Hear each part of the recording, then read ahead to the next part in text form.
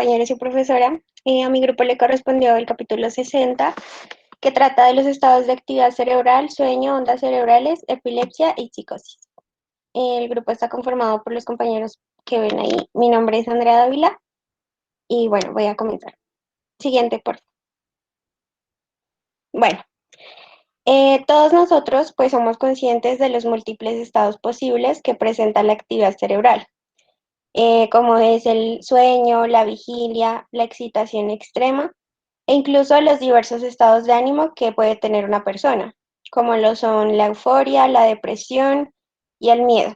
Cualquiera pues de estos estados va a obedecer a distintas fuerzas activadoras o inhibidoras generadas normalmente en el encéfalo. En la exposición anterior se hizo una explicación parcial sobre este tema cuando describieron los diversos sistemas capaces de activar grandes porciones del encéfalo. En este caso, nosotros haremos como un breve resumen sobre los estados específicos de actividad cerebral, empezando con el sueño. Bueno, el sueño pues se define como el estado de inconsciencia del que puede ser despertada una persona mediante estímulos sensitivos o de otro tipo. Este hay que distinguirlo del coma, ya que el coma es el estado de inconsciencia del que no puede despertarse una persona. El sueño está integrado por múltiples fases, desde el más ligero hasta el más profundo. Los investigadores que se dedican a este tema también lo dividen en dos tipos totalmente diferentes. Y pues estas cualidades son distintas, tal como hablaré más adelante. Siguiente. Bueno, se clasifican en dos tipos de sueño. Sabemos que cualquier persona atraviesa fases de dos tipos de sueño, que estas van a alternarse entre sí. Estos tipos van a recibir el nombre de primero, sueño de ondas lentas y dos, sueño de movimientos oculares rápidos o sueño REM. El sueño de movimientos oculares rápidos, porque los ojos van a experimentar unos movimientos rápidos aun cuando la persona todavía está dormida. Y el sueño de ondas lentas o no REM, en el que las ondas cerebrales son potentes y de baja frecuencia, como se los comentaré más adelante con... Siguiente, por favor. Bueno, en el sueño de ondas lentas, la mayoría de nosotros pues podemos comprender las características del sueño profundo de ondas lentas si nos ponemos a recordar la última vez que estuvimos despiertos más de 24 horas seguidas y a continuación el sueño profundo en el que caímos durante la primera hora después de acostarnos. Pues este sueño resulta sumamente reparador y va asociado a un descenso del tono vascular periférico y de otras funciones vegetativas del cuerpo. Como por ejemplo, se produce una disminución del 10 al 30% en la presión arterial, la frecuencia respiratoria y el índice metabólico basal. Aunque el sueño de ondas lentas se le llama a menudo sueño sin sueño, durante su transcurso hay sueños y en ocasiones pues podemos tener hasta pesadillas. La diferencia entre los sueños presentes en el sueño de ondas lentas y los que suceden en el sueño REM se da en que estos últimos van asociados a una mayor actividad muscular del cuerpo. Además, los del sueño de ondas lentas pues no se recuerdan porque no tienen lugar en la consolidación de los sueños en la memoria. Siguiente. Bueno, en el sueño REM, sueño paradójico o sueño desincronizado, podemos ver, por ejemplo, que en una noche normal de sueño, los episodios de sueño REM, que duran de 5 a 30 minutos, suelen aparecer en promedio cada 90 minutos en los adultos jóvenes. Por ejemplo, cuando una persona está muy somnolienta, cada episodio de sueño es breve e incluso pues, puede estar un poco ausente. Cuando la persona se encuentra más descansada, las duraciones de los episodios REM aumentan. Siguiente, por favor.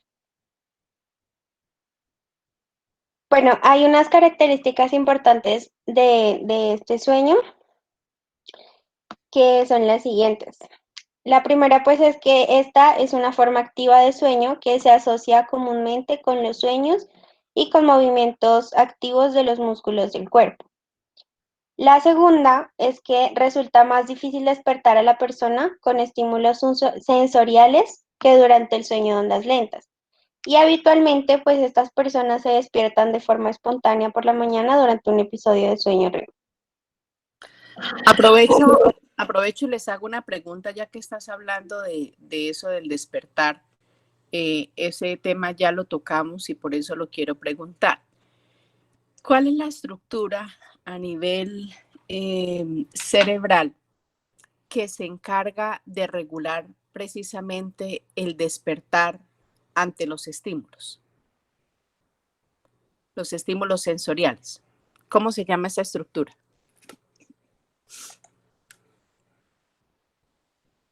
¿Quién sabe?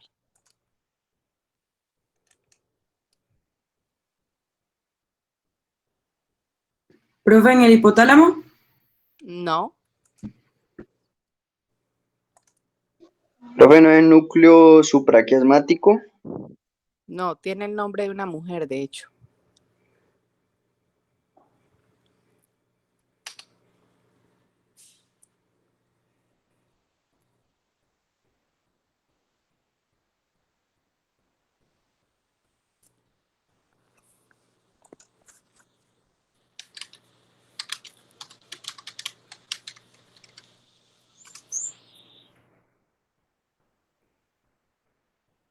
¿Quién sabe?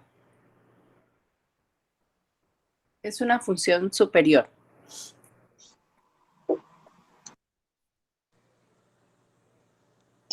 ¿Profe, las células bebés? No,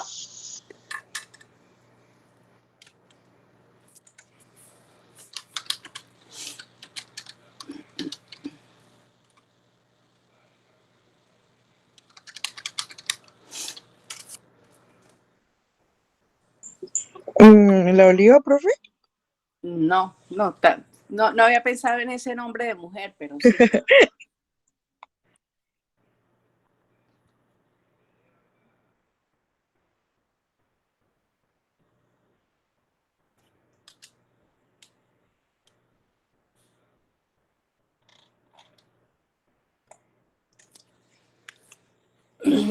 Sigue y mientras van buscando. Vale, profe. Bueno, la tercera característica es que el tono muscular en todo el cuerpo se encuentra muy deprimido, lo que indica una fuerte inhibición de las zonas espinales de control de los músculos. La cuarta es que las frecuencias cardíacas y respiratorias suelen volverse irregulares. Y este pues es un hecho muy característico del estado de sueño. Otra es que a pesar de la extrema inhibición de los músculos periféricos, se producen movimientos musculares irregulares, además de los movimientos rápidos que van a tener los ojos. Y la sexta es que el encéfalo está muy activo en el sueño y el metabolismo encefálico general puede incrementarse hasta un 20% en el electrocefalograma. Este tipo de sueño se denomina también paradójico debido a que resulta una paradoja de que la persona siga dormida a pesar de la presencia de una acusada actividad cerebral. Pues en resumen, el sueño REM es una clase de sueño en la cual el encéfalo está bastante activo. Sin embargo, la persona no es plenamente consciente de su entorno y por lo tanto está claramente dormida. Siguiente. Muy buenos días. Profesor, Bueno, Pilar ya tiene la respuesta. profesor, es el mecanismo SARA. Sí. ¿Cómo funciona?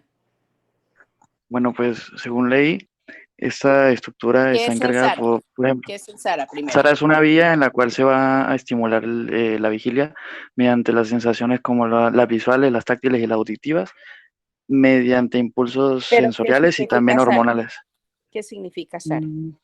Sistema reticular activador ascendente, ¿no? Exactamente. Sistema activador reticular ascendente. Entonces, este sistema es de suma importancia.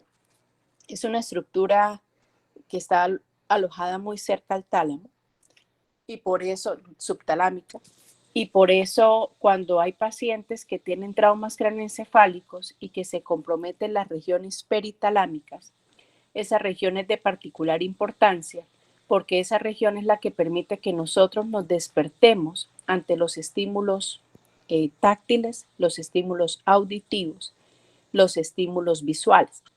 ¿Por qué nosotros bajamos las cortinas o cerramos las cortinas cuando vamos a dormir? Precisamente para evitar que la luz de la mañana nos despierte. Porque a pesar de que tengamos los ojos cerrados y la piel del párpado sea tan delgada, el estímulo lumínico es lo suficientemente fuerte, su destello, para inducir esta respuesta a través del SARA. La mamá cuando los levanta a ustedes a las 6 de la mañana, 5:30 de la mañana, entonces entra al cuarto y empieza a tocarles la espalda, a sobarlos y a decirles cosas bonitas, mi amor, se tiene que levantar, ya es hora del colegio, ¿cierto? Ya es hora de la universidad, perdón. Entonces hay un despertar, hay una estimulación a través de los estímulos táctiles. Y el otro estímulo es el estímulo auditivo, es decir, a través del ruido. El único de los sentidos que no tiene una actividad relacionada con el SARA es la olfacción. Perdón. Entonces, cuando veamos sentidos del olfato, se van a dar cuenta de que esa fue una de las razones por las cuales al gas natural se le adicionó una sustancia que se llama metilmetacarpano, que tiene el olor, como lo dicen los textos, a col podrida, a coliflor podrida, el olor del gas natural, que es un olor muy feo.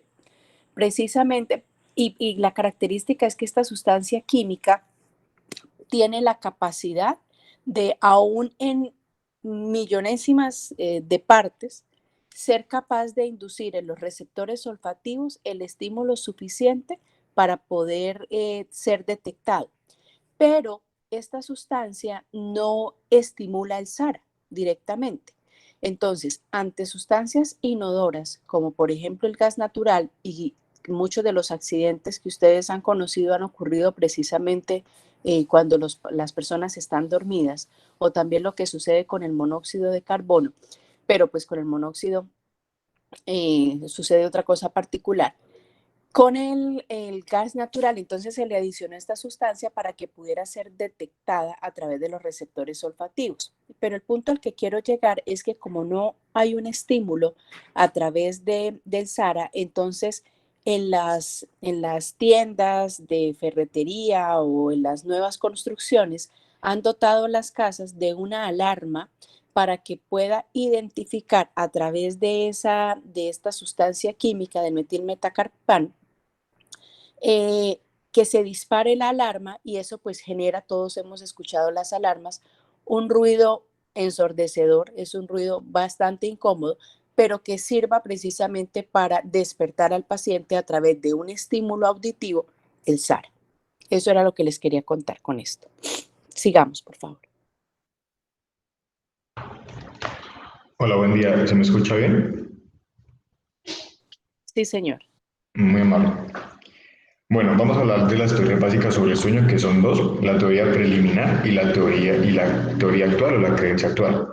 Entonces, hablando sobre la teoría preliminar, se creía que las áreas excitadoras de la parte superior del encéfalo, específicamente el sistema reticular activador, buscan descanso después de que una persona se encontrara despierta todo un día, y como resultado estas regiones iban a quedar inactivas. Bueno, pues esto la verdad no sabía que el SARA pues ayudaba a estar despierto. Lo que sí había consultado es que pues es un conjunto difuso de neuronas ubicadas en el tronco del encéfalo cuya función principal es mantener el estado de alerta, pero bueno, ya con la definición de la profe creo que queda más que bien definido. No es que te ayude a estar despierto. Lo que pasa es que recibe estímulos a través de las vías sensitivas y eso ayuda al despertar, se relaciona con el despertar. Pero Okay. no es que tenga una actividad directa con el mantenerse despierto. No, es bajo estos estímulos que se activa y puede inducir el despertar. Vale, pues, muchas gracias. Siguiente, por favor. Bueno, la creencia actual es la siguiente. Se dice que el sueño está provocado por un proceso inhibidor activo. Se cree que hay un centro situado a nivel medio de la protuberancia en el tronco del encéfalo que se requiere para generar sueño mediante la inhibición de otras partes del encéfalo. Entonces eso es, pues, como bien lo dice la diapositiva, es la creencia actual de la generación del sueño. Siguiente, por favor.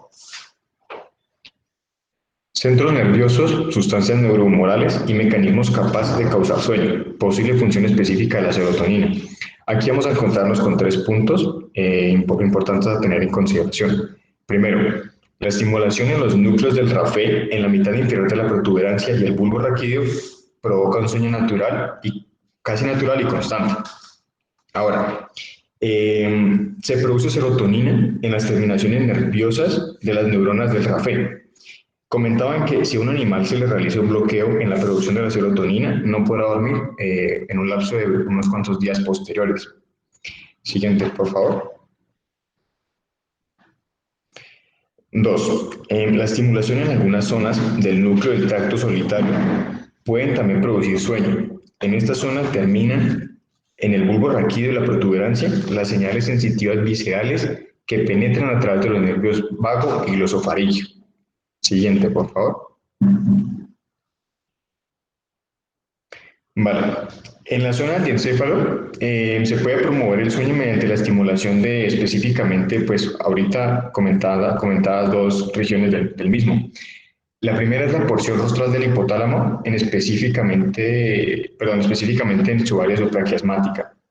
Y 2, en los núcleos de proyección difusa del tálamo. Siguiente, por favor. Bueno, las lesiones en los centros que favorecen el sueño pueden provocar un estado de vigilia intensa.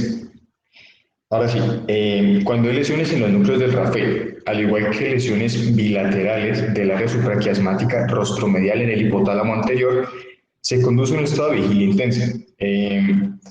Esto es porque los núcleos reticulares excitadores del mesencéfalo y de la parte superior de la protuberancia se liberan de su inhibición, como habíamos dicho anteriormente. Entonces, esto es debido a que, claro, entonces la creencia actual se basa en que otras regiones del encéfalo quedan inhibidas, ¿cierto?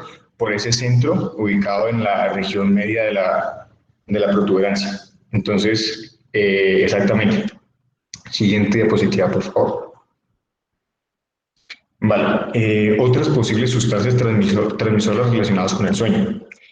Vamos a encontrar que mediante experimentos se ha demostrado que en animales que se ha sometido a un estado de, se les ha privado del sueño durante un lapso de varios días, en el líquido cefalorraquídeo, en la sangre y en la orina, van a haber sustancias que van a generar sueño cuando sean inyectadas en el sistema ventricular del encéfalo de otros animales. El primer producto que se destaca aquí es el péptido de muramilo, que se encuentra en el líquido cefalorraquídeo y la orina de los animales privados del sueño. Comenta el libro que una inyección en microgramos de esta sustancia es suficiente para producir un sueño natural en cuestión de minutos. El segundo factor es un nonapéptido aislado de la sangre de animales dormidos. Y el tercero es de tipo hipnótico, que aún desde el punto de vista molecular no ha sido identificado y se ha aislado de tejidos nerviosos del tronco del encéfalo en animales que han sido mantenidos despiertos. Posiblemente la vigilia provoca acumulación de este factor en el tronco del encéfalo y el líquido cefalorraquídeo, y eso es lo que va a ocasionar que se produzca sueño. Siguiente, por favor. Vale, ahora sí, hablando de las posibles causas que provocan el sueño REM, podemos empezar diciendo que el sueño de ondas lentas se interrumpe por el sueño REM. Ahora, los fármacos que imitan la acción de la acetilcolina incrementan la aparición del sueño REM. Entonces, se ha dicho que las grandes neuronas secretoras de acetilcolina, situadas en la formación reticular de la parte superior del tronco del encéfalo, tienen la capacidad de actuar en múltiples regiones del encéfalo a través de sus fibras eferentes. Este puede ser el mecanismo que causa el exceso de actividad observado en ciertas regiones encefálicas durante el sueño REM. Siguiente, por favor. Bueno, hablando del ciclo de sueño y vigilia, tenemos que tener en cuenta que cuando los centros del sueño no están activos, los núcleos reticulares activadores del mesencéfalo y la parte superior de la protuberancia se encuentran liberados de su inhibición, lo que permite pues, que se encuentren de forma activa. Esto, a su vez, estimula o excita la corteza cerebral y al sistema nervioso periférico, los cuales van a devolver esas señales, ocasionando lo que se llama retroalimentación positiva. Entonces, cuando vuelven a llegar a los núcleos reticulares, se estimulan aún más. Entonces, vale, después de que se haya permanecido activo durante muchas horas, el cerebro tiende, perdón, el sistema activador acaba por fatigarse. Siguiente, por favor. Exacto. Entonces, debido a esto, el ciclo de retroalimentación positiva entre los núcleos mesencefálicos y la corteza va a decaer. Entonces, esta teoría puede explicar los rápidos cambios entre el sueño y la vigilia y de la vigilia al sueño. Siguiente, por favor. Bueno, las neuronas orexígenas son importantes en el despertar y la vigilia. Entonces, primero que todo, hay que saber que la orexina, o también denominada hipocretina, es producida en el hipotálamo por neuronas que aportan estímulos aferentes excitadores a muchas otras áreas del encéfalo en las que existen receptores de orexina. Dicen que las neuronas se encuentran más activas durante la vigilia y casi dejan de activarse durante el sueño de ondas lentas y el sueño REM. Ahora, la pérdida de señales orexígenas por pérdida de receptores, bueno, por receptores anómalos de orexina o en su efecto de destrucción de las neuronas que producen la orexina, provoca la narcolepsia, que es un trastorno del sueño caracterizado por pues, una excesiva somnolencia durante el día y pues episodios súbitos de sueño a lo largo del día también. Dicen también que los pacientes, aquellos que presentan narcolepsia, pueden experimentar también una pérdida repentina del tono muscular que se llama cataplexia, que puede ser parcial o, bueno, ser suficientemente grave como para provocar una parálisis durante el ataque de narcolepsia. Entonces, claro, esto pues, estos estudios, bueno, estos resultados son como, dan a entender que las neuronas orexígenas ayudan a mantener el estado de vigilia. Siguiente, por favor. Vale, sigue mi compañero. Importantes funciones fisiológicas del sueño. No hay duda que el sueño tiene funciones fisiológicas importantes y existen en todos los mamíferos. Que después de la privación total suele producirse un periodo de puesto al día o rebote. ¿Qué quiere decir esto? Que el cuerpo siempre busca una homeostasis para mantener este ciclo entre vigilia y sueño. Se conoce que una ligera restricción del sueño durante unos días puede deteriorar el rendimiento cognitivo y físico, la productividad general y la salud de una persona. Se ha postulado que el sueño sirve para muchas funciones como son, primero, la madurez nerviosa, segundo, la facilitación del aprendizaje o la memoria, tercero, la cognición y cuarto, la eliminación de los productos metabólicos de desechos generados por la actividad nerviosa en el encéfalo despierto. Y por último, la conservación de energía metabólica. Entonces, con estas 5 funciones podríamos proponer que el valor principal del sueño consiste en restablecer los equilibrios naturales entre los centros neuronales. Siguiente diapositiva, por favor. Bueno, ahora vamos a hablar de las ondas cerebrales. Las ondas cerebrales son las ondulaciones de los potenciales de acción eléctricos recogidos en la superficie o en la corteza, recogidos en la corteza o en la superficie de la cabeza, y su representación se da por el grado de excitación que presentan sus componentes como vigilia, sueño y enfermedades cerebrales. El registro eléctrico de dichas ondas recibe el nombre de electroencefalograma. La intensidad de estas ondas varía entre 0 y 12 microvoltios y su frecuencia oscila una vez cada varios segundos o puede llegar a 50 veces por segundo. Siguiente diapositiva. Bueno, vamos a hablar de los diferentes tipos de ondas y en qué etapa del sueño se da, entonces, o en la etapa de vigilia. Las ondas alfa son ondas rítmicas que tienen una frecuencia entre 8 y 13 ciclos por segundo. En el electroencefalograma se encuentran en adultos sanos, despiertos y en estado de reposo en su actividad cerebral. Es decir, o sea, están despiertos, pero no están recibiendo ningún estímulo, están totalmente relajados. Y su intensidad se presenta en la región occipital, parietal y frontal. Se puede observar una mayor intensidad de estas. Tiene un voltaje de 50 microvoltios y en el sueño profundo no se encuentra presente. Las ondas beta son ondas asincrónicas que presentan mayor frecuencia y menor voltaje que las ondas alfa. Estas se dan entre 14 y 80 ciclos por segundo. Se presentan cuando ya hay un tipo de actividad y necesita una activación del encéfalo.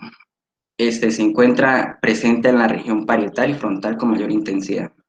Las ondas teta se encuentran estas tienen una frecuencia entre 4 y 7 ciclos por segundo. Se presentan en niños en las regiones parietal y temporal, en adultos en estados de estrés emocional o en trastornos nerviosos asociados a estados degenerativos cerebrales. Y por último, las ondas delta, que son unas ondas con una frecuencia de 3,5 ciclos por segundo. Estas pueden llegar a ser el doble o el cuádruple de las ondas anteriores con respecto a su voltaje. Se dan durante el sueño profundo y también se dan en lactantes o en enfermedades orgánicas serias del cerebro, como lo puede ser un estado de coma. Siguiente diapositiva, por favor. Aquí podemos ver las diferentes tipos de ondas en un electroencefalograma. Ahí podemos observar la ritmicidad de las ondas alfa y su frecuencia, y con respecto a las ondas beta se puede observar que las ondas beta tienen menos ritmicidad, son asincrónicas y tienen una mayor frecuencia. Las ondas teta ya se está viendo que su frecuencia es más lenta, o sea, se presenta menos durante un determinado tiempo, y las ondas delta, que son las que se producen durante el sueño profundo, ya son las más lentas y presentan una frecuencia y se presentan con menos, disculpa, que sus ondas son más lentas y de mayor duración. Siguiente diapositiva, por favor. Origen de las ondas cerebrales. Las ondas cerebrales. La descarga de una sola neurona o una sola fibra nerviosa en el encéfalo nunca puede registrarse desde la superficie de la cabeza. Por el contrario, deben disparar sincrónicamente miles o incluso millones de neuronas o de fibras, y así solo entonces se sumará una cantidad suficiente de potenciales procedentes de las neuronas o de las fibras aisladas como para recogerse después de atravesar todo el cráneo.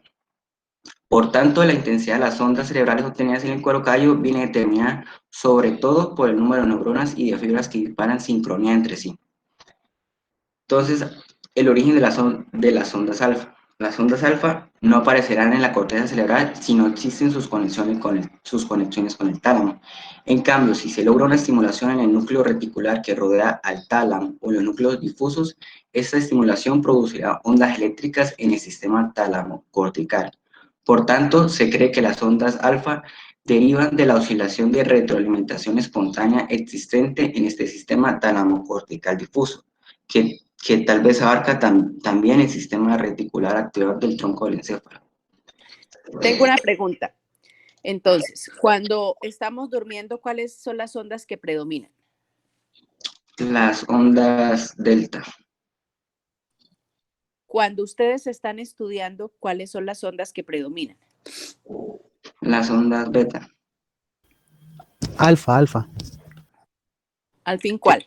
Estudiando, o sea, cuando hay una... Las ondas alfa. Es que las metas están cuando están despierta la atención en algo, un tipo específico de actividad mental. Exacto, son las ondas beta, que es cuando el organismo Son las betas, sí. mayor atención.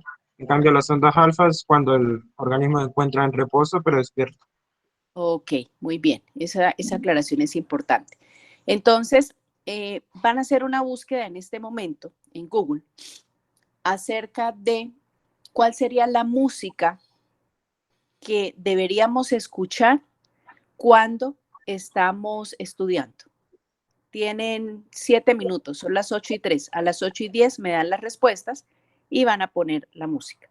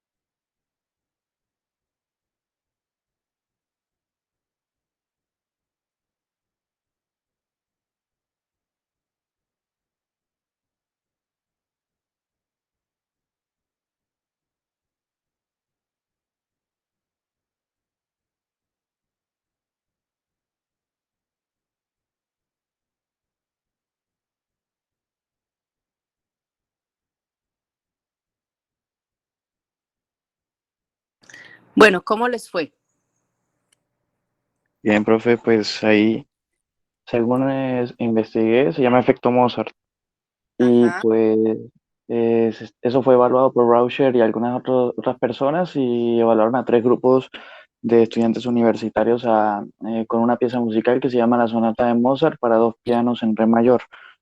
Entonces, a cada de estos grupos, a 2 grupos se les hizo esta prueba colocándole la música cuando estaban desarrollando sus actividades normales. Y al tercer grupo no se le colocó esta música. Entonces, al final de que escucharan dicha música, se les hacían pruebas cognitivas y se logró apreciar como que un razonamiento mucho mejor y un aumento en el coeficiente intelectual de 8 puntos. ¿Y Profe, qué? Ajá, dígame. escuché que la música estimula lo que vendría a ser el lóbulo frontal, y el lóbulo frontal, como ya habíamos visto en clases anteriores, planifica, bueno, elabora el pensamiento, también la memoria, también ayuda a la atención, a la concentración y a la satisfacción. También estimula lo que vendría a ser el lóbulo temporal, y recordemos también que en este lóbulo temporal se encuentra el área de Wernicke y todo lo que esto conlleva, ayuda a lo que vendría a ser el aprendizaje.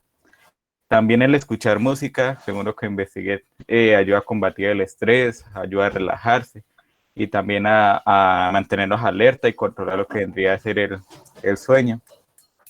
Pero también es muy dependiente de lo que vendría a ser la música que escuchemos, ya que si nosotros escuchamos una música que es rápida, puede acelerar nuestro ritmo cardíaco y, y si nosotros aumentamos nuestro ritmo cardíaco, se nos va a hacer muy difícil relajarnos. Entonces debe ser como una música también que no tenga letra, ya que nuestro estudio se centra en la lectura, en la atención y en la fijación.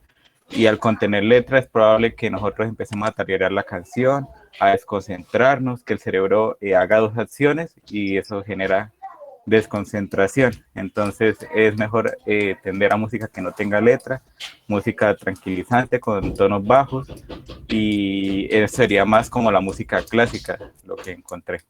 Claro, imagínense ustedes escuchando reggaetón para estudiar. ¿Hay alguien que escuche reggaetón para estudiar? Uy, no, profe, qué horror. Profe, Para estudiar, profe. yo miré, Para yo nada. busqué en YouTube, pues porque a mí sí siempre me gusta como escuchar algo mientras estudio. Y yo siempre busco es como música para estudiar o para concentrarme y así. Y pues la música que aparece siempre dice como para estimular ondas alfa o ondas gamma. Sí, Y señora, pues, exactamente. ajá, y pues entonces leí, por ejemplo, que las ondas alfa es como para relajarse y mantener la concentración y las ondas gamma es como para un proceso cognitivo, como de aprendizaje más rápido. Exactamente. Muy bien. Ese era el objetivo de la tarea. Primero, Profe, dígame. buenos días. Buenos días. Profe, también hay una aplicación que simula sonidos de la naturaleza para uno estudiar. Pues yo me meto muchísimo en una que uno siente como si estuviera lloviendo y lo pone como con la música del día y siempre hay como pues un repertorio diario sobre un cantante, no, sobre un pianista o cosas así, para uno relajarse y estar más tranquilo también estudiando. Entonces pongo la lluvia a sonar y a veces hay tormentica o lluvia suave o cosas así. Chévere, sí. Toda esa música y uno lo experimenta, ¿no? O sea, cuando se está estresado, lo mejor es escuchar música y que sea música suave. Cuando se está estudiando es conveniente poner música clásica. De hecho, ustedes son muy jovencitos, pero si investigan un poquito más podrán encontrar de que esto hubo una época como todo lo que ocurre cuando algo se pone de moda y que su significado puede ser diferente y todo el mundo lo quiere utilizar, debería ser más una tendencia permanente que una moda. Para la estimulación temprana de las mamitas embarazadas, se hace esa recomendación de que coloquen durante su embarazo, se escuchen con frecuencia este tipo de música precisamente porque logra estimular las conexiones neuronales en el feto y son niños, seguramente ustedes son producto de esta tendencia, son niños mucho más inteligentes, son niños con un nivel cognitivo mucho más alto, son niños que tienen un proceso de aprendizaje mucho más rápido comparativamente con los otros. Entonces, la recomendación iba precisamente a eso, a escuchar ese tipo de música, porque nos mantiene, y más en una época de caos como la que estamos viviendo, mucho más tranquilos, mucho más receptivos y relajados en el buen sentido de la palabra, es decir, estar tranquilos, ser receptivos, estar en consonancia pues con la situación, y claramente eso puede influir de manera favorable en el proceso de enseñanza-aprendizaje, tanto para su proceso académico como tal, como para las interacciones sociales que puedan llegar a tener. Bueno, chévere, chévere el resultado. Sigamos, por favor. Bueno, el origen de las ondas cerebrales. Entonces, cuando se genera, ya hablamos de las ondas alfa, ahora vamos a hablar de las ondas beta. Cuando se genera un estímulo que logra llamar nuestra atención y pasamos de un estado de vigilia tranquilo a un estado de vigilia en alerta, se aumentará la actividad del encéfalo y esto hará que la sincronización que teníamos de las ondas alfa se verá afectada por una desincronización y esto haría que las ondas cerebrales se repelen entre sí, causando las ondas beta. Las ondas delta. La sección transversal de los haces de espiral procedentes del tálamo hacia la corteza cerebral que bloquean la activación talámica de esta estructura y eliminan así las ondas alfa, no suprimen ella las ondas delta. Esto quiere decir que puede haber cierto mecanismo de sincronización en el sistema neuronal cortical por sí solo, en esencia y dependiente de las estructuras inferiores del cerebro, para dar origen a estas ondas delta. Las ondas delta también aparecen durante el sueño profundo de ondas lentas, lo que indica que en este momento la corteza queda básicamente liberada de las influencias activadoras que ejercen el tálamo y otros centros inferiores. Siguiente diapositiva. Aquí podemos observar cómo antes de la apertura de los ojos están las ondas alfa, es decir, en un estado de vigilia, tranquila, perdón. Y en el momento de abrir los ojos, esto ya la gráfica es de un electroencefalograma cuando el ojo recibe luz. Entonces, cuando se abre el ojo, ahí podemos ver que cambia a ondas beta, que ya cambia su intensidad y su frecuencia. Y al momento de volver a cerrar los ojos, entramos a una vigilia tranquila y se vuelven a activar las ondas alfa. Siguiente diapositiva. Aquí podemos ver los diferentes tipos de ondas y bajo qué efecto o bajo qué situación estamos. Las ondas sigma se presentan en aletargamiento, anestesia quirúrgica y en la etapa de sueño. Las ondas teta en un estado psicomotor, como ya habíamos dicho, como un estado de estrés psicológico u emocional. Las ondas alfa en una situación de relajación y las ondas beta durante la vigilia y intensa actividad mental. Y ahí podemos ver al final de la gráfica cuando se está en un estado tónico clónica, que es un estado de convulsiones y se presenta pérdida de conocimiento y contracciones musculares. Siguiente diapositiva.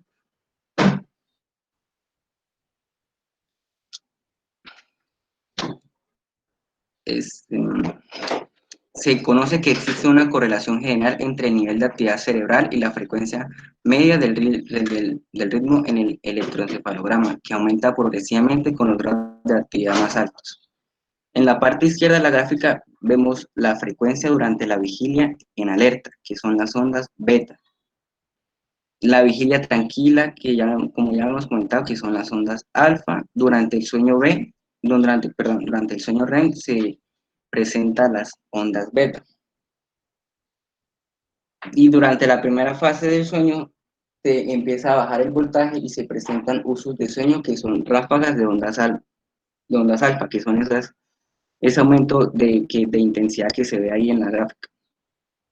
La fase 2 y 3 se vienen presentando las ondas teta y ya por fin en la fase 4 las ondas delta. Y en el sueño, ya había comentado, en el sueño REM se ven las ondas beta. Ahora a la derecha podemos observar que durante el paso de las horas, como ya mi compañera había comentado, cada 90 minutos se produce la etapa del sueño REM, que son movimientos oculares rápidos, y esto durará entre 5 y 30 minutos. Esto durante la etapa del sueño es desproporcionado, a veces puede durar un poco más, poco menos, como se ve en la gráfica. Siguiente diapositiva. Ok, ¿se me escucha? Sí, señora. Gracias.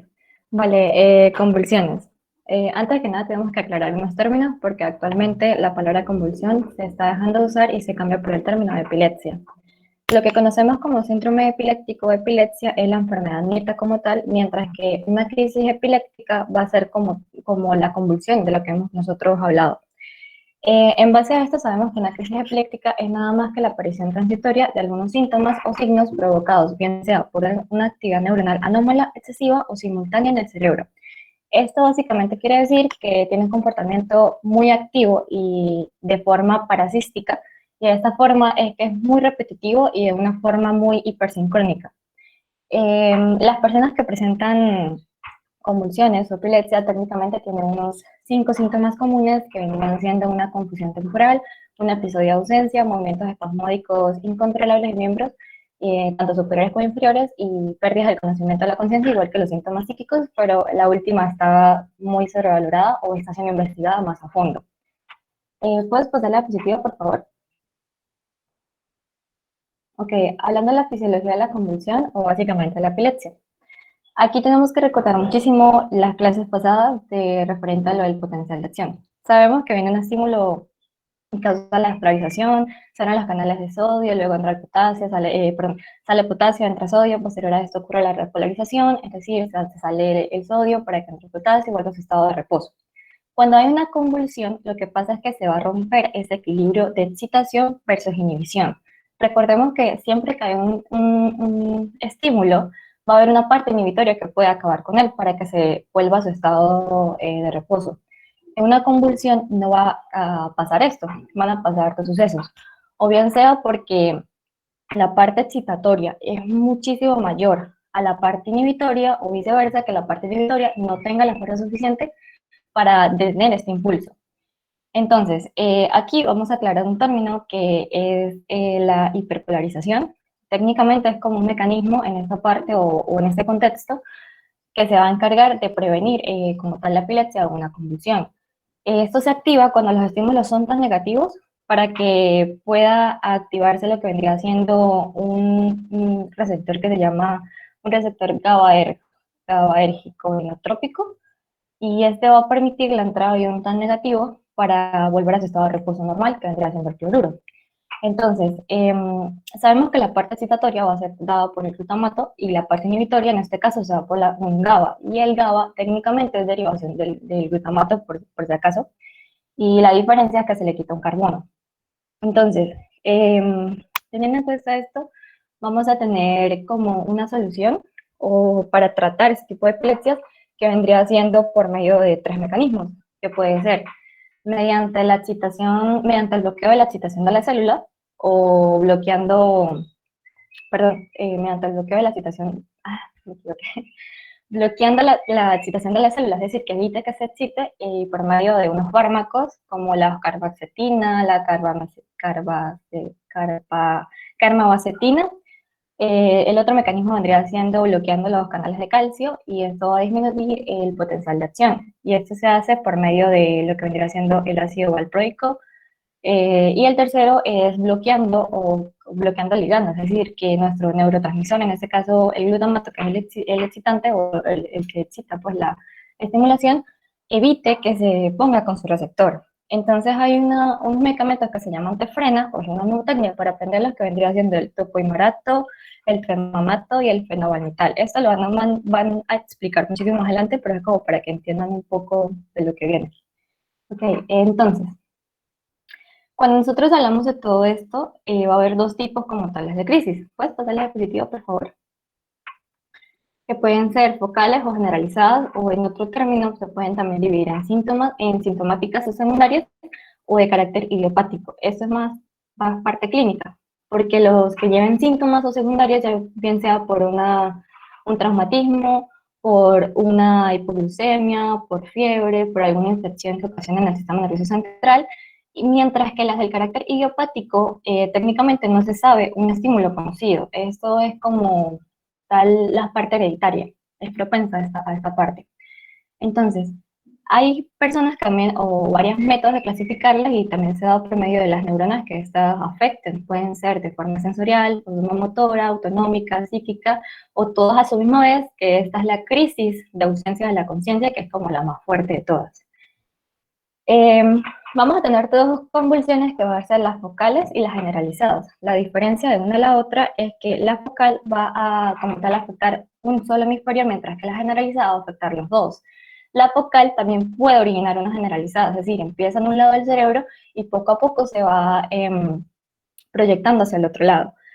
Lo que tenemos aquí en cuenta es que una crisis epiléptica focal o parcial también son aquellas que generalmente se dan en un solo lado del cerebro, como te lo he comentado, y puede ser por cuatro cosas, que vendría siendo un tejido cicatricial del encéfalo, un tumor, un área destruida, o unos circuitos locales desorganizados, que esto vendría siendo por una parte genética.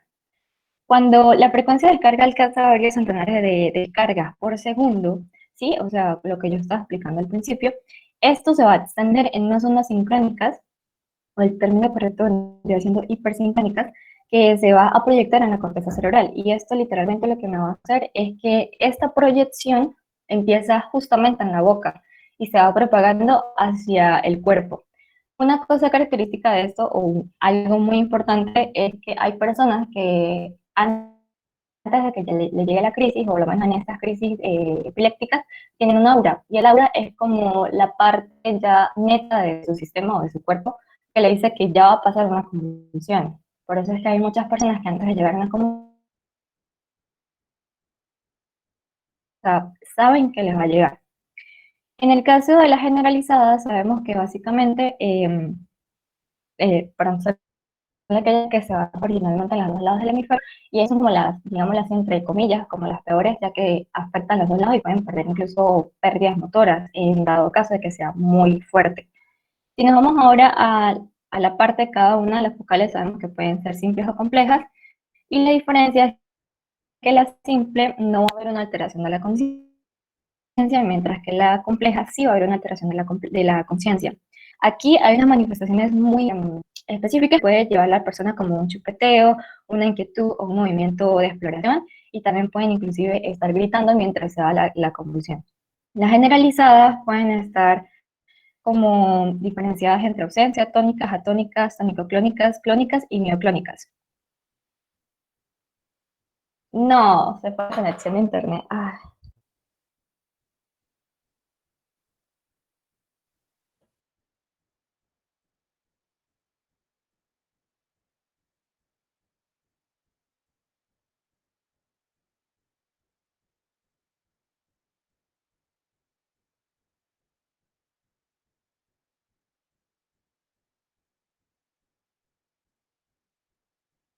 No sé si me escuchan ya. Sí, que se me fue el internet. Sí, sí, te escuchamos. Sí, sí, te escuchamos. ¿Sí se me escucha? Sí, señora. Hola. Bueno. Gracias, qué pena. Ok, quedé en las diferencias de simple y complejas. Ya sabemos que para pasar a las generalizadas es que una viene con pérdida de la conciencia y la otra no. En la generalizada vamos a tener una que se llama de ausencia, que es una... ¿Perdón? No, otra vez se fue el internet.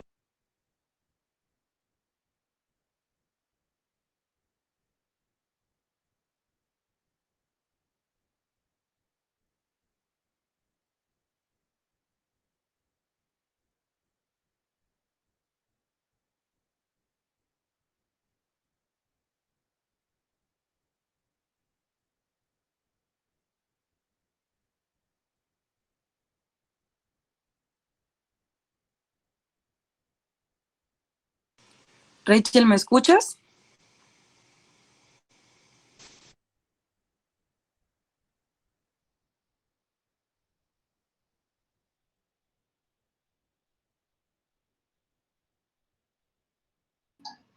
Creo que se le fue el internet. Ok, bueno, yo voy a seguir y...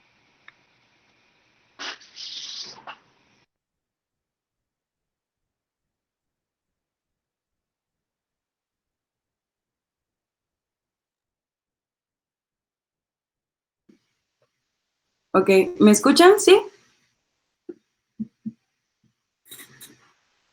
Sí. Ok, yo voy a seguir con lo que iba a decir mi compañera. Comúnmente podemos encontrar a un paciente que llegue con una pérdida brusca de la conciencia. En realidad las epilepsias tónico-clónicas, también conocidas como gran mal, no tienen una edad específica para presentarse. Su crisis dura entre 3 y 4 minutos y quedan en un estado de shock o de estupor posterior a este, durante varios minutos. El paciente queda muy cansado y comúnmente puede dormir durante horas debido a una depresión postcrítica de todo el sistema nervioso. ¿Pero por qué se da esto?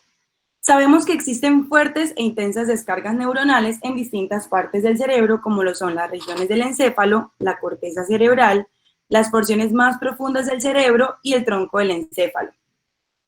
Todas estas fuertes descargas se van a transmitir por toda la médula espinal, causándonos convulsiones tónicas generalizadas por todo el cuerpo. Hacia el final de esta crisis, eso va a causar contracciones musculares tónicas y espasmódicas alternas por todo el cuerpo, conocidas como convulsiones tónico-clónicas. En esta etapa podemos ver que el paciente se muerde muy fuerte la lengua, puede llegar al caso extremo de tragársela. Encontramos problemas para respirar, que pueden llegar hasta cianosis, que es la oxigenación deficiente de la sangre, y micción y defecación por las señales transmitidas hacia las vísceras. En este caso tenemos un electroencefalograma típico de la región cortical durante la fase tónica de la convulsión. Ahí nos demuestra que la intensidad del voltaje y frecuencia por toda la corteza. Esas mismas descargas suelen ocurrir en los lados del encéfalo simultáneamente, lo que nos demuestra que el circuito neuronal anormal implica completamente las regiones basales del encéfalo. Se demostró también un alto voltaje en el tálamo o en formación reticular dentro del tronco del encéfalo, lo que nos llevó a la conclusión de que no solo implica activación anormal del tálamo y la corteza cerebral, sino también de porciones subtalámicas del sistema activador encefálico situado en el tronco del mismo. ¿Qué es importante al momento de tener un paciente con una epilepsia tónico-clónica? Al ser una enfermedad idiopática y no saber su origen, su causa, debemos tener una historia clínica, un electroencefalograma, estudios de neuroimagen y pruebas de laboratorio. ¿Por qué? Porque su causa comúnmente puede ser basada en estas. Una predisposición hereditaria hacia epilepsias. Podemos encontrar que uno de entre 50 a 100 pacientes pueden tener una predisposición hereditaria hacia epilepsias, y ahí la importancia de la historia clínica. Existen otros factores que nos llevan a la excitabilidad del circuito normal que desencadenan la crisis. Entonces tenemos pacientes que han sido expuestos a fuertes emociones, a una alcalosis por hiperventilación, a fármacos, fiebres, ruidos fuertes o destellos luminosos. Por otra parte, tenemos que pueden haber pasado una lesión traumática, de ahí la importancia de los estudios de neuroimagen, y vemos que esa lesión que fue afectada puede causar una excitabilidad excesiva en ciertas regiones locales, transmitiendo esas señales hacia los sistemas activadores del encéfalo. Ok, epilepsias o crisis de ausencia, también conocidas como pequeña mal. En esta, a diferencia de la anterior, encontramos que se da más que todo en la infancia o en la adolescencia. Incluso, este tipo de epilepsia se presenta es la más común, de entre el 15 al 20% de epilepsias en niños. Esta afecta el sistema activador encefálico talamocortical, que es el cual une los núcleos talámicos con las áreas funcionales de la corteza. Nos llega un paciente que tiene un plazo de inconsciencia o disminución de la misma de 3 a 30 segundos. Simplemente el niño o el adulto perdió la mirada o se quedó mirando un punto fijo, y posterior a esto presenta unas contracciones musculares de la cabeza y guiños del ojo, no tan fuerte como la anterior, que vemos que sí ocurre en todo el cuerpo. Ellos recuperan la conciencia muy rápido y vuelven a sus actividades previas como si no hubiese ocurrido nada. ¿Cuál es la frecuencia? Podemos encontrar diferentes frecuencias. Puede llegar un paciente que tenga una crisis después de muchos meses, o puede llegar un paciente que haya presentado varias crisis consecutivas. Lo normal es que un paciente tenga una crisis en la infancia o en la adolescencia y luego se vea reflejada a los 30 años. Ese es el patrón común que se ha detectado. Estas crisis pueden llegar a desencadenar una crisis tónico-clónica generalizada, por lo mismo de que cuando el paciente presenta una crisis tras otra muy consecutiva, puede llegar a desencadenar la epilepsia anteriormente mencionada. Ok, aquí tenemos las ondas cerebrales de la epilepsia de ausencia.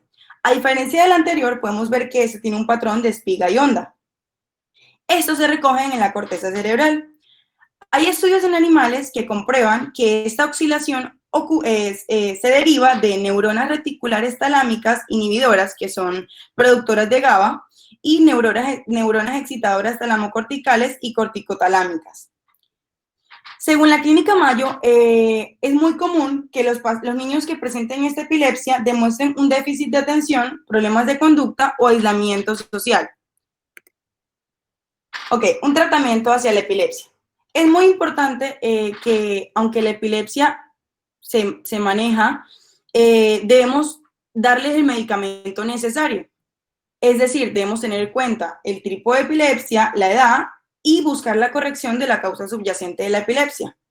Podemos hacerlo por medicamentos o podemos hacerlo localizando ondas anormales por un electroencefalograma. Podemos encontrar enfermedades orgánicas o un punto focal para una extirpación quirúrgica. En el caso de que el paciente necesite unos medicamentos, cada medicamento cumple una función para su tipo de epilepsia, de ahí la importancia de determinar el tipo para tratarlo. Entonces, tenemos que la carbamazepina y la fenitoína bloquean canales de sodio dependientes de voltaje. La etosuximida tiene una alteración de la corriente de calcio. La fenobarbital y la benzodiazepinas tienen un aumento de las actividades GABA. El perampanel es una inhibición de receptores de glutamato, que es el neurotransmisor más utilizado. Y el valproato y el topiramato tienen efectos combinados, es decir, podemos encontrar que ellos bloquean canales de sodio y incrementan niveles de GABA. Antes de continuar, ¿puedo terminar lo que me faltó, por favor? Qué pena. Ok, rápido antes que se me vaya este internet. Ok, tenemos la generalizada gestal de ausencia. Esta es una epilepsia muy corta, dura menos de 20 segundos y ella técnicamente se detiene porque se da por una actividad motora y tiene mucha alteración y es muy fácil de recuperar la conciencia. La tónica, pues mi compañera ya le tuvo que haber dicho que es la de muscular. Las atónicas son una pérdida súbita de la conciencia y esto es producto de la pérdida del tono muscular de una vez, es decir, la persona cae completamente al piso sin previo aviso, sin nada. Las tónicos-clónicas tienen un inicio súbito con pérdida de conciencia y es muy frecuente cuando ocurre esto y se produce un grito. Y esto es ocasionado porque lo que más ella como afecta, entre comillas, es los músculos que vendría siendo defonación y toda esa cuestión. Aquí también aparece una fase que es la fase flexora y extensora y es muy característica de este tipo de convulsión. Las clónicas son sacudidas muy bruscas y rítmicas que tiene la persona y son siempre prácticamente simétricas. Las microclónicas son sacudidas muy breves e involuntarias, únicas o en una forma de serie de grupos musculares. También se precipitan con el despertar y la persona en todas no va a saber qué ocurrió en su estado de convulsión, pero sí se acuerdan de su estado de aura. Ahora sí le puedes pasar, por favor. En resumen, de las convulsiones, esto se hace por medio de un mecanismo que es una constante repetición o pues el estímulo es tan repetitivo y en tan rápido que ocasiona que nuestro cerebro no, digamos así, no procese esta inhibición y hace que se produzca o se proyecte por medio de los movimientos muy involuntarios y muy repetitivos de nuestros músculos, bueno, de nuestras extremidades, entre otros. Para tratarla se utilizan tres tipos de mecanismos por medio de su base de acción, bien sea bloqueando la célula en cuestiones de que no le entre una excitación, potenciando nuestra parte inhibitoria o el mecanismo que vendría siendo en el ligando, que es evitar que nuestro glutamato se una un receptor y ya. Los primeros auxilios para mí es importante decirlo porque básicamente hay muchísimas personas que sufren de estas convulsiones y las personas normalmente en la calle se asustan o algunas personas se ríen y no es el deber ser. Una persona que tiene convulsión a veces proyecta o a veces avisa por medio del aura, en otras oportunidades la persona como que grita y nadie se le acerca, entonces como uno puede ayudarlas es primero no agarrando a la persona porque ella tiene que moverse, uno no la puede agarrar ya que puede inclusive dañarla. La segunda es no meterle la mano en la boca por el típico mito de que se va a atragantar con la boca, porque es mentira, ninguna persona se puede atragantar con la lengua, perdón, con la lengua. Y esto es un mito debido a que la lengua, o sea, puede obstruir la vía respiratoria, pero no es que se la trague, sino que la obstruye. Por eso es que dicen que cuando una persona tiene una convulsión, lo primero que se va a hacer es dejar que reaccione, que convulsione y dejarla posteriormente de cúbito lateral, es decir, de ladito. Lo consiguiente es la técnica llamada 911, que es esperar 5 minutos, que es lo normal, entre comillas, que dura una convulsión. Y preguntarle a la persona si este episodio ya es común en su vida, es decir, que si ya tiene la enfermedad o de por sí que no la tiene. Aquí hago un énfasis también importante de que hay que estar muy bien prevenido en todas estas situaciones, ya que la persona puede desmayarse en cualquier momento y se puede lesionar tanto la cabeza, etcétera. Entonces, lo ideal es como apartarle los objetos que se pueda hacer daño. Inclusive algunas personas quedan con crisis epilépticas con objetos en las manos y eso puede inclusive herirse a sí mismo. Entonces, gracias. ¿Alguna pregunta referente a esto? Es que mi internet funcionó. ¿No? Bueno. Vamos a colocar un video, ¿sí? Pero el video no tiene audio para que sepan, por si no.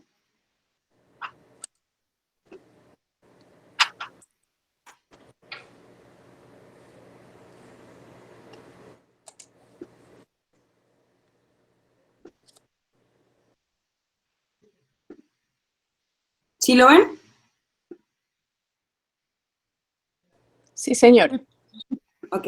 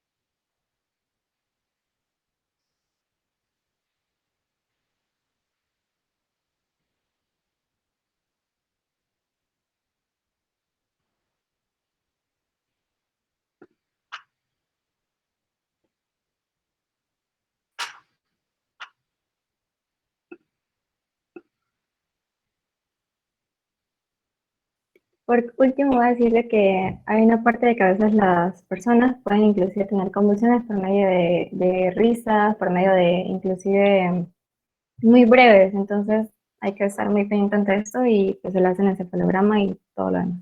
Vale.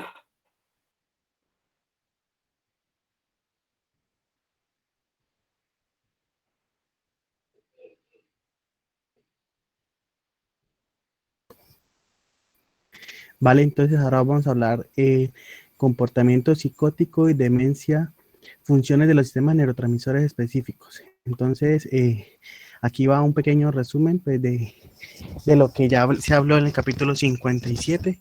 Los compañeros hablaron de el Parkinson y cómo pues esto se debía a la desaparición de neuronas de la sustancia nigra en las terminaciones nerviosas que segregan dopamina en el núcleo caudado y en el putamen. También la enfermedad de Huntington debido a la pérdida de las neuronas secretoras de GABA que segrega y las que segregan acetilcolina, que eso es algunos patrones motores anormales específicos, más demencia en el mismo paciente. Bueno, y pues también pues que nos indicaban que se observan mejoras significativas con fármacos que regulan las funciones de dichos neurotransmisores. Pasamos a la siguiente, por favor. Depresión, psicosis maníaco-depresiva, disminución de la actividad de los sistemas neurotransmisores de noradrenalina y serotonina.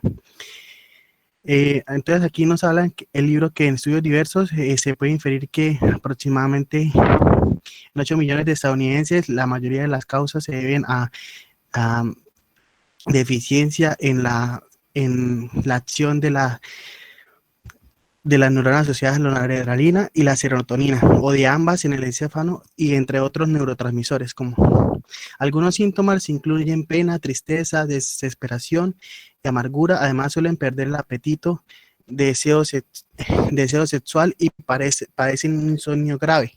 Muchas veces hay un estado de agitación psicomotora desde la especie a la depresión.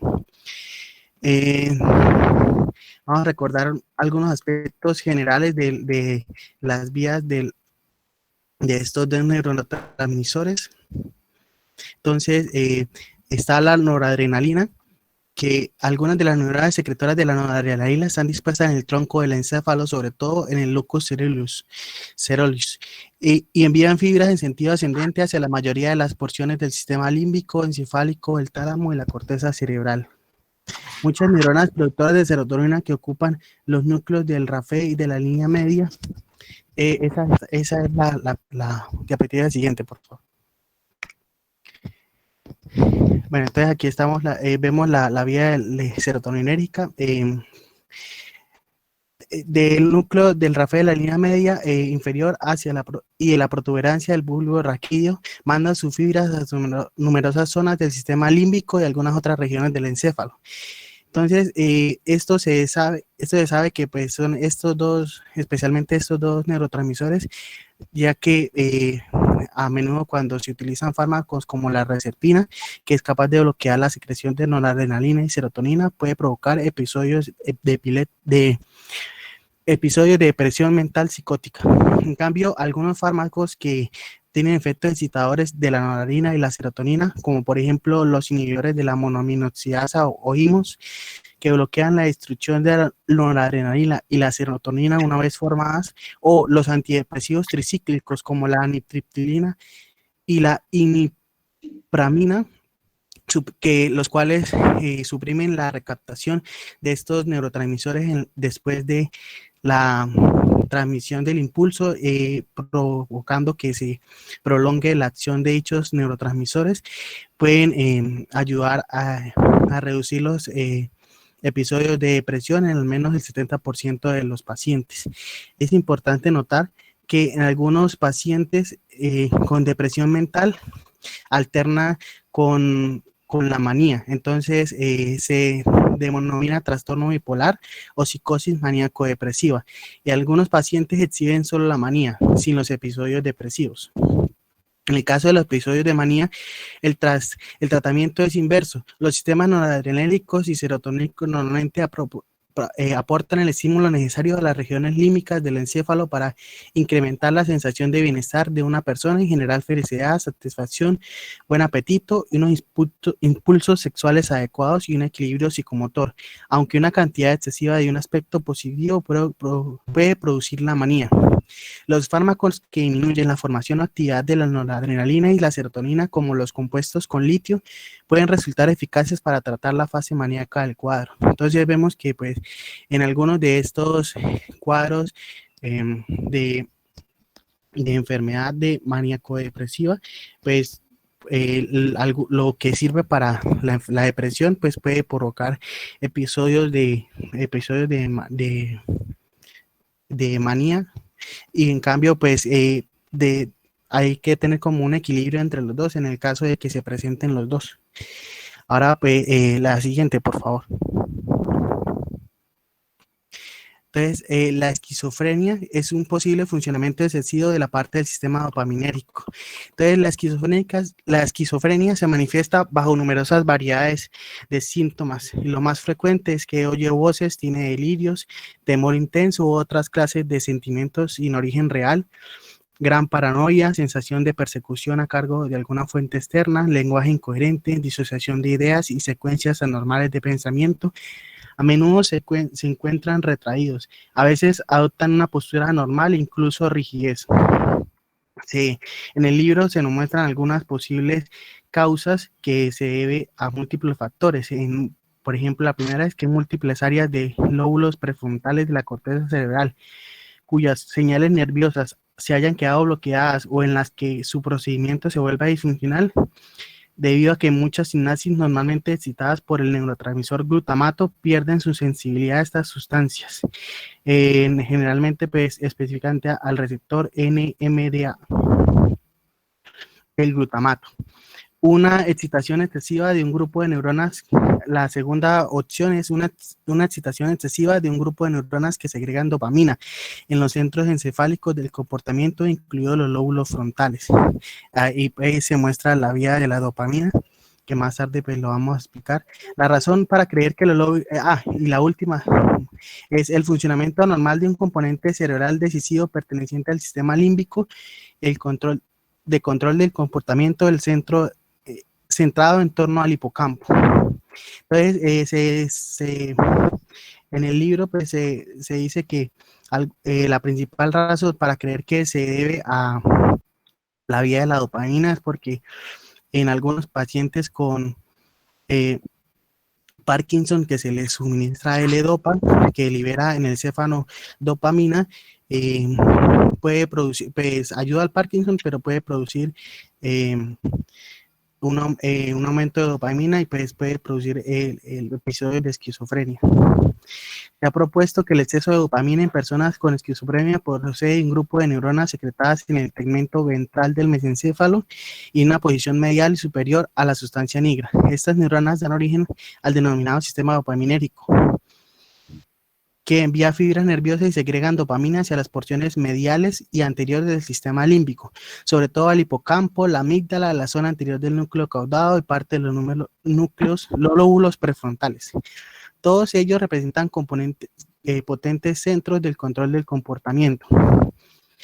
Una razón aún más convincente que nos da en el libro es podría estar causada por una producción excesiva de dopamina. Consiste en que muchos fármacos que resultan eficaces para su tratamiento, como la clorpromacina, alperidol, tiotixeno, reducen la secreción de esta sustancia en las terminaciones nerviosas dopaminérgicas o sus efectos producidos en las neuronas siguientes. Sin embargo, esto no está en el libro, pero pues esto está aparte porque pues la esquizofrenia tiene varias vías de explicación de por qué de por qué se produce. Entonces, en este caso, a pesar del papel central que juega la dopamina en nuestra comprensión de la esquizofrenia, también se ha vuelto cada vez más claro que la disfunción de este sistema puede no ser suficiente para explicar varios fenómenos. En particular, el bloqueo de la dopamina no es un tratamiento eficaz para síntomas negativos. ¿Qué quiere decir síntomas negativos? Que es la pérdida de una capacidad o gusto, por ejemplo, que le gustaba la música rock. Entonces, cuando tiene los efectos de esquizofrenia, se deja de gustar la música rock o cierto tipo de comidas. Y cognitivos. Entonces, en una porción significativa de pacientes tampoco mejoran síntomas positivos. En este caso, los síntomas positivos son la aparición de nuevo de comportamientos que antes no tenía. Entonces, pues, ya están los síntomas que ya se habían dicho, que de persecución, de pensamientos incoherentes y todos esos síntomas que ya hemos hablado, las voces, la persecución, todo eso. Bueno, también otros estudios sugieren que también puede ser provocada por un incremento en las vías glutaminérgicas y la depresión de las vías del GABA o la GABAerta. Finalmente, hace poco tiempo descubrió la posible intervención de otro elemento en este proceso al averiguarse que el hipocampo suele estar reducido de tamaño en personas con esquizofrenia, especialmente en el hemisferio dominante. Entonces, la esquizofrenia, pues, es una enfermedad, pues, que a veces tiene un componente genético, ¿no? La mayoría de los casos, que afecta, pues, la producción de estos neurotransmisores o sus receptores en las distintas partes del cerebro que se ven afectadas, pero en algunos casos las personas, aunque tienen el componente genético, nunca llegan a presentar los síntomas de la esquizofrenia. En algunos casos se provoca por abuso de sustancias psicoactivas que pueden desequilibrar estas vías y provoca los episodios de esquizofrenia, o también puede ser provocado en distintos casos por un trauma, por enfrentarse a la muerte o un trauma severo que desencadena que la persona desarrolle los síntomas de esquizofrenia, y en algunos casos pues nunca se desarrolla, aunque tenga los genes para que sea predispuesto genéticamente, no llega al final de su vida, nunca supo que tenía los genes de esquizofrenia. Por último, la siguiente, por favor. La enfermedad de Alzheimer. El libro nos hablan de las placas amiloides y la pérdida de memoria. Entonces, esto está relacionado, pues, con el sueño. Entonces, en algunas personas en la tercera edad, habitualmente se produce un cambio en los patrones del ciclo del sueño de vigilia, produciendo una modificación en la estructura de calidad del sueño. También, pues, se ha determinado, pues, que se produce, se incrementa los estadios 1 y 2 de la fase del sueño no REM y se produce un descenso en los estadios 3 y 4 del sueño profundo, y la duración de la fase REM se desciende también. Entonces, vemos que generalmente entre más edad tiene la persona, menos sueño profundo tiene, entonces tiende a despertarse muy rápido, pero pues no es muy claro la relación entre que la falta de sueño produzca enfermedad de Alzheimer, pero sí, la enfermedad de Alzheimer produce alteraciones en la calidad del sueño.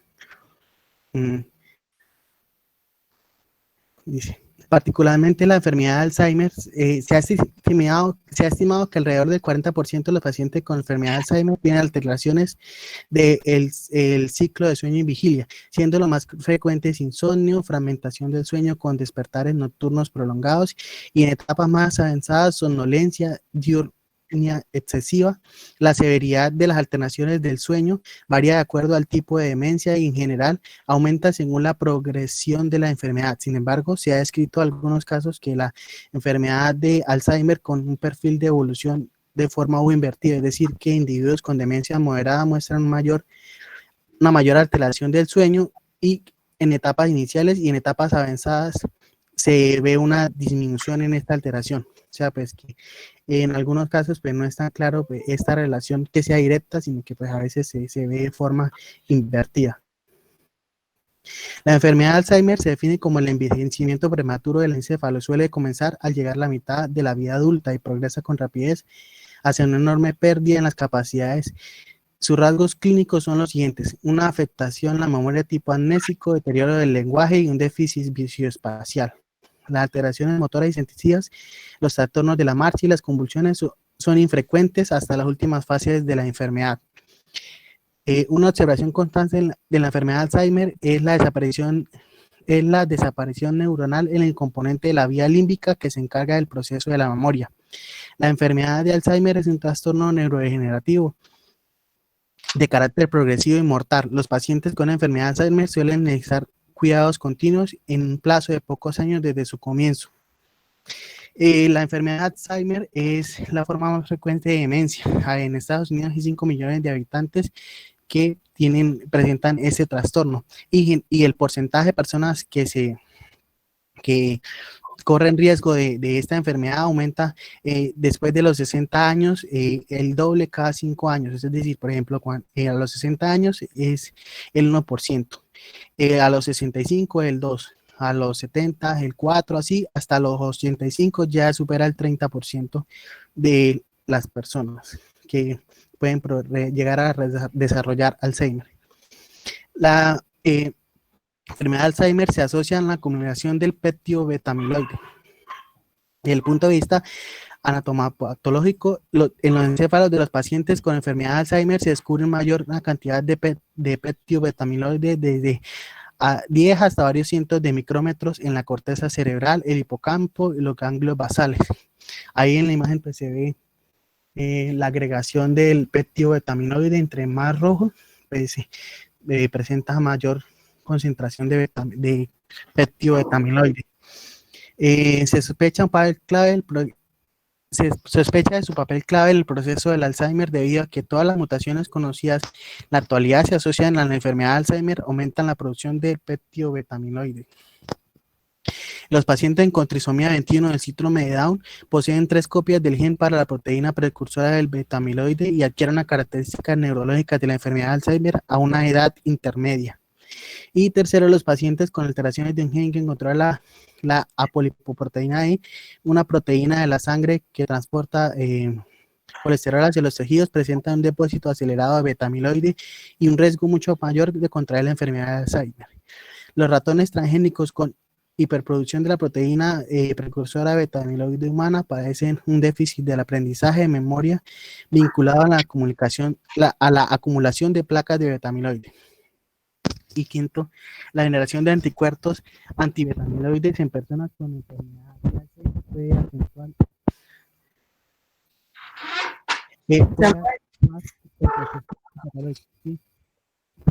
que no se te escucha bien, tienes como el micrófono tapado. Ya, perdón. Bueno, el depósito de las proteínas beta-amiloides y tau también, pues en algunos casos, o se presentan los dos, o por al menos uno de los dos, se encadena en el cúmulo de placas neuríticas y ovillos neurofibrilares respectivamente. Inicialmente en la corteza entorrinal e hipocampo. Luego se diseminan a toda la neocorteza. Se ha demostrado que una correlación entre la mala calidad del sueño y la carga de beta-amiloide cortical a niveles de beta-amiloide y tau en líquido cefalorraquídeo. O sea, quiere decir que pues, la presencia de estos dos marcadores pues, es un determinante en la enfermedad como tal, para decir que tiene o no tiene la enfermedad. Se ha establecido que el beta-amiloide se asocia selectivamente con la pérdida de oscilaciones en menos de 1 hercio del sueño. 1 hercio pues también igual a 1 ciclo por segundo del sueño no REM y con el peor rendimiento de las pruebas cognitivas de memoria. Esta asociación entre beta-amiloide y los osciladores, las oscilaciones no REM de menos de 1 hercio parecen ser la única y distinta quiere decir que esta es distinta a las asociaciones de pérdida de sueño normal que de la actividad de las ondas lentas normal del envejecimiento, que es entre 0,6 y 4,8 hercios. Por otro lado, la carga de beta-amiloide correlaciona con la reducción de la cantidad del sueño REM en pacientes con enfermedad de Alzheimer, lo cual parecería estar conectado con la degeneración de las neuronas colinérgicas reguladoras del sueño REM, proyectadas desde el cerebro anterior hacia la corteza. En ese sentido, la acetilcolina tiene un rol activo para el mantenimiento de los patrones normales del sueño y consolidación de la memoria. De esta manera resulta muy importante el tratamiento con inhibidores de colinesterasa para que los pacientes con enfermedades de Alzheimer cumplan con la fluctuación circadiana normal de la transmisión colinérgica central. También pues en el artículo pues, más adelante explica que el tau afecta los ciclos del sueño no REM también. Y pues como a modo de conclusión, pues que la mayoría pues, de estos trastornos pues, se deben generalmente pues, a los neurotransmisores y pues como el sueño está regulado pues, por la mayoría de ellos, pues entonces estas enfermedades de tipo neurológico pues también se ven relacionadas muy estrechamente con el sueño. Listo, si quiere ya podemos continuar con el quiz. Ok. Ok, perfecto. No hay ninguna pregunta, ¿no? Todos se escuchan Mozart. Profe, tenía una pregunta sobre las ondas cerebrales, que disculpe que ya sé que es un tema anterior, pero entonces que con una duda y para no interrumpir, pues. Sí. Es que en caso de que una persona esté realizando una actividad que requiera atención, pero que esta actividad sea bastante estresante, ¿qué ondas cerebrales podría presentar la persona? Bueno, es una pregunta bastante interesante. Este campo de las neurociencias es un campo supremamente complejo, dado por la misma complejidad y valga la redundancia de todos los procesos que se dan a ese nivel. Entonces, hace un ratico estábamos hablando acerca de las ondas que se van a presentar cuando hay un gran nivel de concentración. Entonces, tendríamos que revisar estudios que nos pudieran identificar de manera correcta, porque no es mi campo. En ese escenario, cuando el paciente o cuando la persona está sometida a un gran estrés, ¿qué tipo de ondas podrían estar presentándose si hay de manera simultánea o si hay algunas que predominan? Mientras van haciendo el quiz, entonces voy a hacerte la consulta y ya les paso la información para no errar porque pues claramente ese no es mi campo. Listo, profe, muchas Ok, gracias. yo les comparto el Kahoot, listo.